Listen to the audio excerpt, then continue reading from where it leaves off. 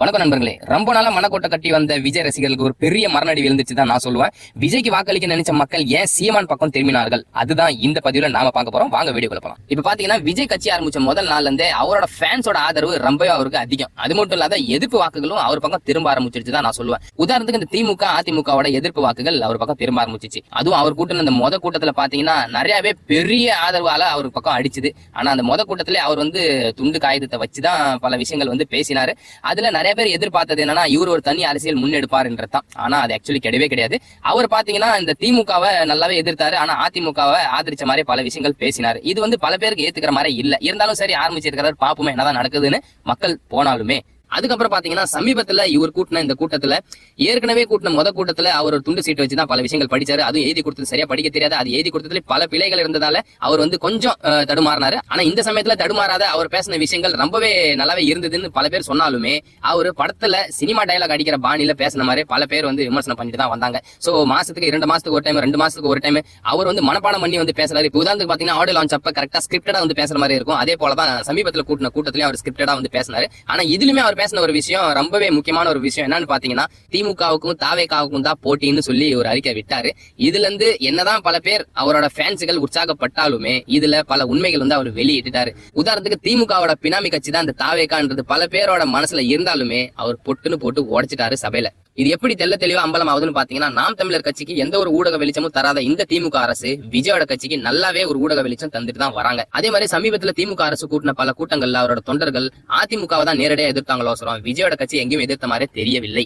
இப்படி பல விமர்சனங்கள் விஜய் கட்சி மேல இருந்தாலுமே சமீபத்துல மே 18ஆம் தேதி நாம் தமிழர் கட்சி கூட்டின இந்த கூட்டத்துல வந்த மக்களோட அலைகளை பார்த்து பல நியூ ஓட்டர்ஸ் எல்லாமே நாம் தமிழர் கட்சி பக்கம் திரும்ப ஆரம்பிச்சுட்டாங்க.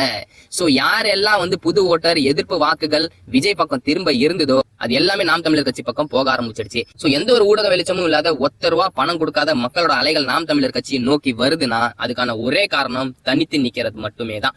இன்னமும் விஜயோட நிலைப்பாடு என்னன்னு பாத்தீங்கன்னா கூட்டணி மட்டும் தான் தெளிவா தெரியத்தால மக்களோட ஆதரவு கொஞ்சம் கொஞ்சமா குறைய ஆரம்பிச்சிருச்சு. சமீபத்துல ரவீந்திரன் துரைசாமி அரசியல் விமர்சகர் ஒரு இன்டர்வியூ கொடுத்திருந்தார். அதுல தெளிவா சொல்லியிருந்தாரு, நியூ ஓட்டர் குறிப்பா உமன் ஓட்டர்ஸும் பல பேர் பாத்தீங்கன்னா நாம் தமிழர் கட்சிக்கு தான் வாக்களிக்கலாம்னு முடிவு எடுத்துட்டாங்க. அதுலயும் குறிப்பா விஜய் கட்சியில இருந்து பல பேர் விஜய்க்கு யாரெல்லாம் ஓட்டு போடணும்னு ஆசைப்பட்டாங்களோ எல்லாமே நாம் தமிழர் கட்சி பக்கம் திரும்ப ஆரம்பிச்சுட்டாங்க. சோ இதுதான் முக்கியமான ஒரு விஷயம்.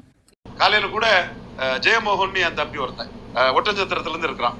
அவன் இன்னைக்கு சொன்னது பொதுவான நியூ ஓட்டர்ஸ் பலரும் விஜய்க்கு போடலான்னு இருந்தவங்க பெண்கள் உட்பட என்ன சொல்றாங்கன்னா விஜய் குழப்பவாதியா இருக்காப்புல, ஸ்டாண்டே இல்ல, சீமானுக்கே போட்டு சீமான வளர்த்து விடுது. விஜய்க்கு ஆதரவாட்டு வாக்களிக்கலாம் நினைச்ச மக்களே விஜய் கிளாரிட்டி இல்லாம இருக்கிறாரு, குழப்பத்துல இருக்கிறாரு, சீமான் தான் போல்டா அடிக்கிறாரு, சீமானுக்கு தான் போடணும் அப்படிங்கிற கருத்தை சொல்றதாட்டு தெளிவா ஒட்டஞ்சத்திரத்துல பொங்கலாள கொண்டு சமூகத்தை சேர்ந்த தம்பி எல்லா தரப்பு ஆட்களையும் பேச சொல்லக்கூடிய என்னோட டீம்ல உள்ள ஒரு தம்பி தான் தெளிவா இந்த கருத்தை முன்வைக்கிறாப்ல.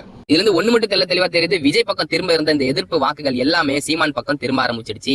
சீமான் அவர்கள் எப்பயுமே சொல்றது போலதான் என்னோட வாக்காளர்கள் எல்லாமே இன்னமும் காலேஜ் படிச்சுக்கிட்டு இருக்காங்க. சோ அதே போலதான் விஜயோட வாக்காளர்கள் எல்லாம் யாருன்னு பாத்தீங்கன்னா இன்னமும் பேனருக்கு பால் ஊத்துறவங்க, மொதல் ஷோ டிக்கெட் எடுத்துட்டு போய் படம் பாக்குறவங்க தான். சோ அதனால இன்னமும் தெளிவு இல்லாத இந்த விஜய் கட்சிக்கு பெரிய பின்னடைவு ஏற்பட போகுதுன்னு தான் வரப்போற அரசியல் காலத்துல தெரிய இருக்குது. சீமான் அவர்கள் எடுக்கிற அந்த போல்டான ஸ்டாண்டை இன்னமும் விஜய் அவர்களால எடுக்க முடியல. அவர்கிட்ட ஒரு கிளியரிட்டி கிடையவே கிடையாது. 234 தொகுதியிலும் போட்டி போடுவாரான்றதே ஒரு கேள்விக்குறியா இருக்கிற இந்த காலகட்டத்துல மக்கள் தான் முடிவு செய்யணும் என்ன வரப்போகுது எதிர்காலத்துல.